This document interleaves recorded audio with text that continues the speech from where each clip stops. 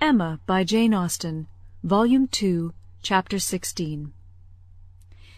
Everybody in and about Highbury who had ever visited Mr. Elton was disposed to pay him attention on his marriage. Dinner parties and evening parties were made for him and his lady, and invitations flowed in so fast that she had soon the pleasure of apprehending they were never to have a disengaged day. "I see how it is," said she. "I see what a life I am to lead among you. Upon my word, we shall be absolutely dissipated. We really seem quite the fashion. If this is living in the country, it is nothing very formidable. From Monday next to Saturday, I assure you we have not a disengaged day. A woman with fewer resources than I have need not have been at a loss." No invitation came amiss to her. Her Bath habits made evening parties perfectly natural to her, and Maple Grove had given her a taste for dinners. She was a little shocked at the want of 2 drawing-rooms, at the poor attempt at rout cakes, and there being no ice in the Highbury card parties.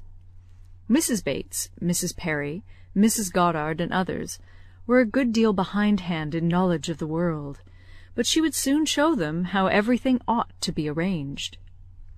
In the course of the spring she must return their civilities by one very superior party, in which her card-tables should be set out with their separate candles and unbroken packs in the true style, and more waiters engaged for the evening than their own establishment could furnish, to carry round the refreshments at exactly the proper hour, and in the proper order. Emma, in the meanwhile, could not be satisfied without a dinner at Hartfield for the Eltons. They must not do less than others, or she should be exposed to odious suspicions, and imagined capable of pitiful resentment. A dinner there must be. After Emma had talked about it for 10 minutes, Mr. Woodhouse felt no unwillingness, and only made the usual stipulation of not sitting at the bottom of the table himself, with the usual regular difficulty of deciding who should do it for him. The persons to be invited required little thought.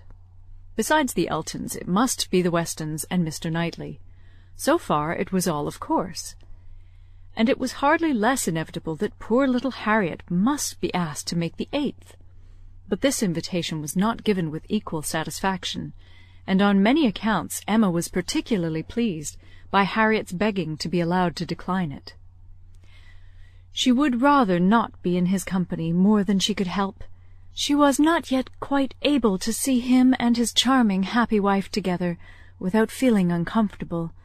If Miss Woodhouse would not be displeased, she would rather stay at home.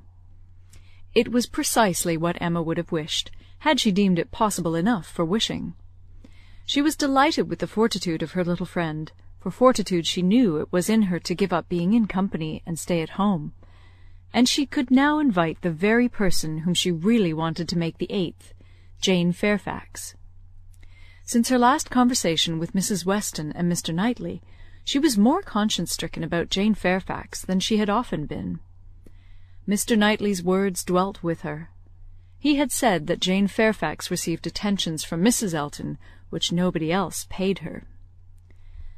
"This is very true," said she, "at least as far as relates to me," which was all that was meant, "and it is very shameful.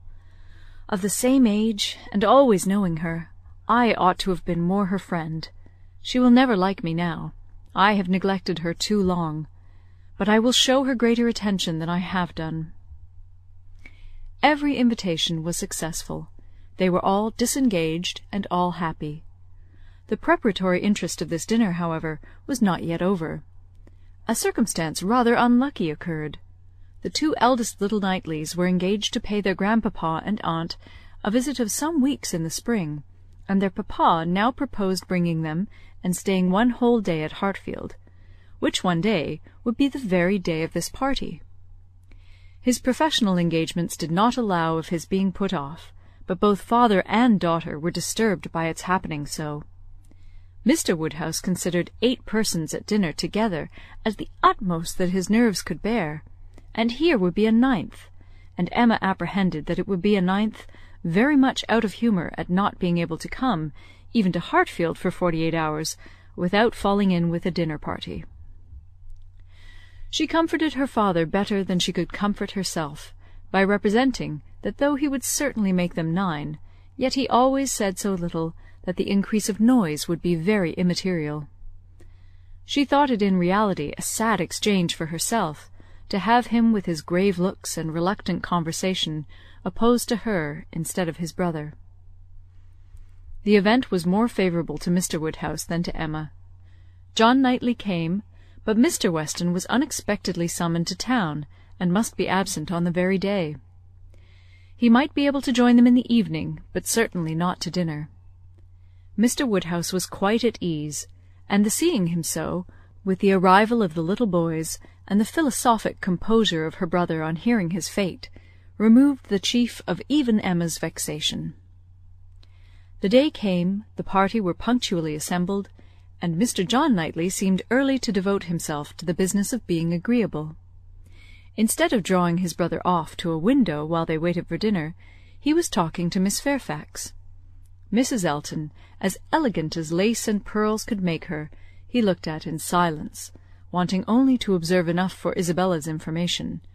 But Miss Fairfax was an old acquaintance and a quiet girl, and he could talk to her.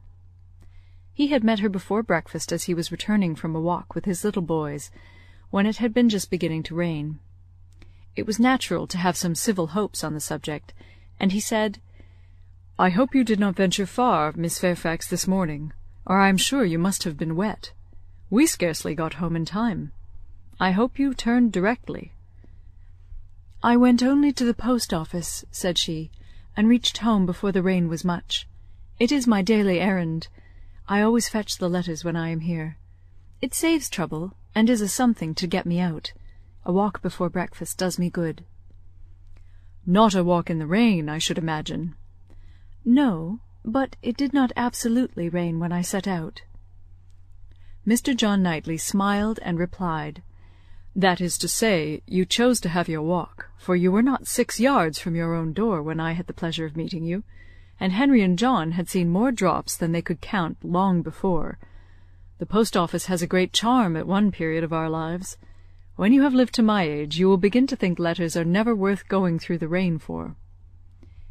There was a little blush, and then this answer: "I must not hope to be ever situated as you are, in the midst of every dearest connection, and therefore I cannot expect that simply growing older should make me indifferent about letters." "Indifferent? Oh, no! I never conceived you could become indifferent. Letters are no matter of indifference. They are generally a very positive curse." "You are speaking of letters of business. Mine are letters of friendship." "I have often thought them the worst of the two," replied he coolly. "Business, you know, may bring money, but friendship hardly ever does." "Ah, you are not serious now. I know Mr. John Knightley too well. I am very sure he understands the value of friendship as well as anybody. I can easily believe that letters are very little to you, much less than to me, but it is not your being 10 years older than myself which makes the difference. It is not age, but situation. You have everybody dearest to you always at hand. I, probably, never shall again, and therefore, till I have outlived all my affections, a post-office, I think, must always have power to draw me out in worse weather than to-day." "When I talked of your being altered by time, by the progress of years," said John Knightley, "I meant to imply the change of situation which time usually brings. I consider one as including the other. Time will generally lessen the interest of every attachment not within the daily circle, but that is not the change I had in view for you. As an old friend, you will allow me to hope, Miss Fairfax, that 10 years hence you may have as many concentrated objects as I have." It was kindly said, and very far from giving offence. A pleasant thank you seemed meant to laugh it off, but a blush, a quivering lip, a tear in the eye showed that it was felt beyond a laugh. Her attention was now claimed by Mr. Woodhouse, who being, according to his custom on such occasions, making the circle of his guests, and paying his particular compliments to the ladies, was ending with her, and with all his mildest urbanity said, "I am very sorry to hear, Miss Fairfax, of your being out this morning in the rain. Young ladies should take care of themselves. Young ladies are delicate plants. They should take care of their health and their complexion. My dear, did you change your stockings?" "Yes, sir, I did indeed, and I am very much obliged by your kind solicitude about me." "My dear Miss Fairfax, young ladies are very sure to be cared for. I hope your good grandmamma and aunt are well. They are some of my very old friends. I wish my health allowed me to be a better neighbour. You do us a great deal of honour to-day, I am sure. My daughter and I are both highly sensible of your goodness, and have the greatest satisfaction in seeing you at Hartfield." The kind-hearted, polite old man might then sit down and feel that he had done his duty, and made every fair lady welcome and easy. By this time the walk in the rain had reached Mrs. Elton, and her remonstrances now opened upon Jane. "My dear Jane, what is this I hear? Going to the post-office in the rain? This must not be, I assure you. You sad girl, how could you do such a thing? It is a sign I was not there to take care of you." Jane very patiently assured her that she had not caught any cold. "Oh, do not tell me! You really are a very sad girl, and do not know how to take care of yourself. To the post-office, indeed! Mrs. Weston, did you ever hear the like? You and I must positively exert our authority." "My advice," said Mrs. Weston kindly and persuasively, "I certainly do feel tempted to give. Miss Fairfax, you must not run such risks. Liable as you have been to severe colds, indeed you ought to be particularly careful, especially at this time of the year. The spring, I always think, requires more than common care. Better wait an hour or two, or even half a day for your letters, than run the risk of bringing on your cough again. Now, do you not feel that you had? Yes, I am sure you are much too reasonable. You look as if you would not do such a thing again." "Oh, she shall not do such a thing again," eagerly rejoined Mrs. Elton. "We will not allow her to do such a thing again." And, nodding significantly, "There must be some arrangement made. There must, indeed. I shall speak to Mr. E., the man who fetches our letters every morning. One of our men, I forget his name, shall inquire for yours too, and bring them to you. That will obviate all difficulties, you know. And from us, I really think, my dear Jane, you can have no scruple to accept such an accommodation."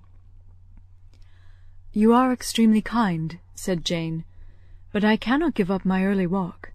I am advised to be out of doors as much as I can. I must walk somewhere, and the post-office is an object.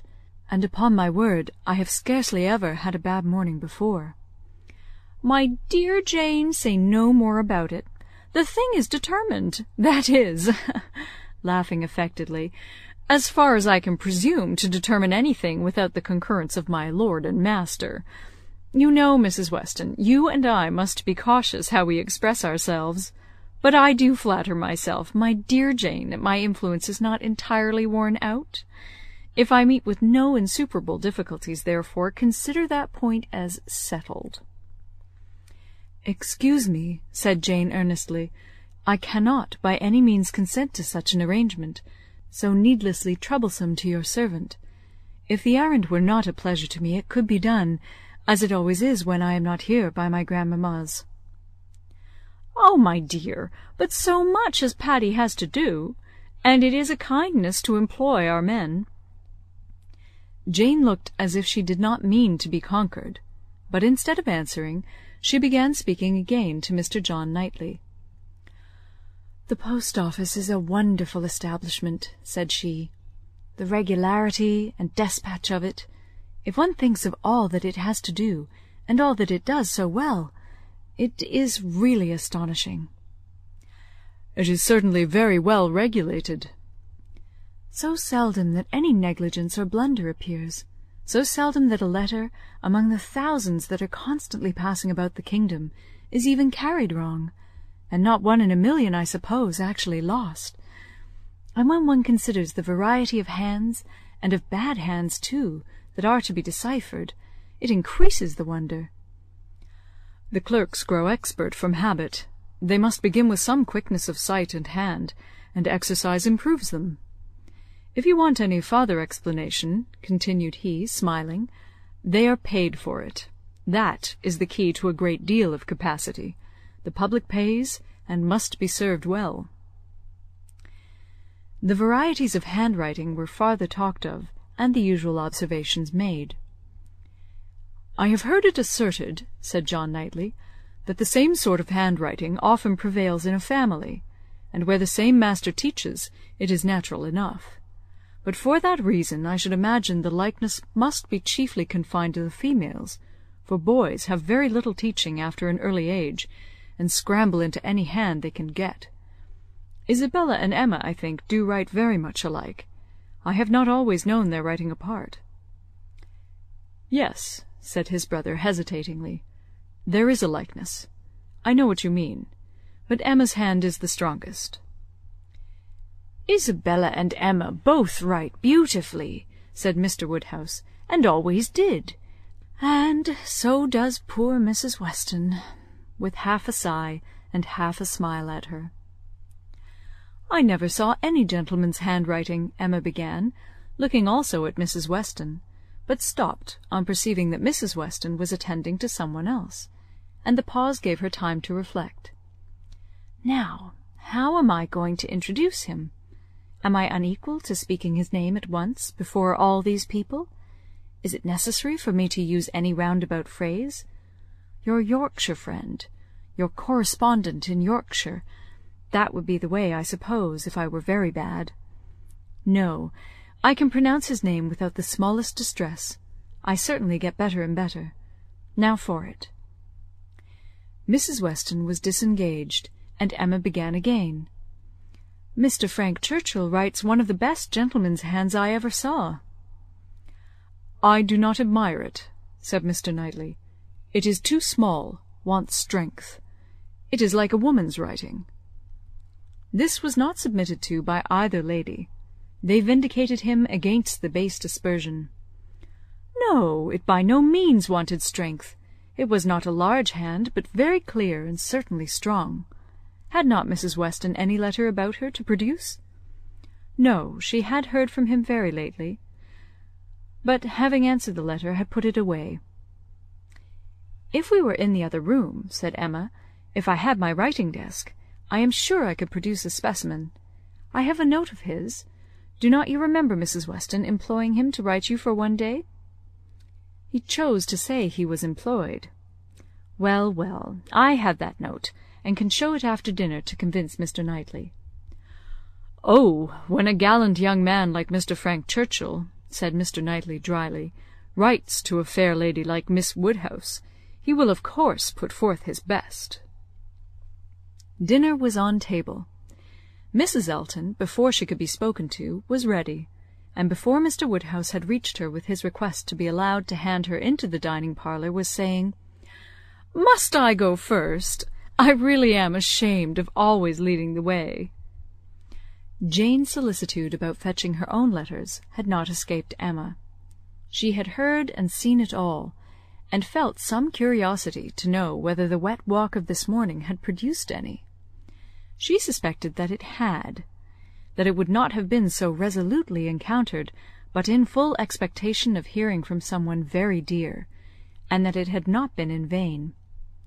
She thought there was an air of greater happiness than usual, a glow both of complexion and spirits. She could have made an inquiry or two as to the expedition and the expense of the Irish mails. It was at her tongue's end, but she abstained. She was quite determined not to utter a word that should hurt Jane Fairfax's feelings, and they followed the other ladies out of the room, arm in arm, with an appearance of good-will highly becoming to the beauty and grace of each. Chapter 16.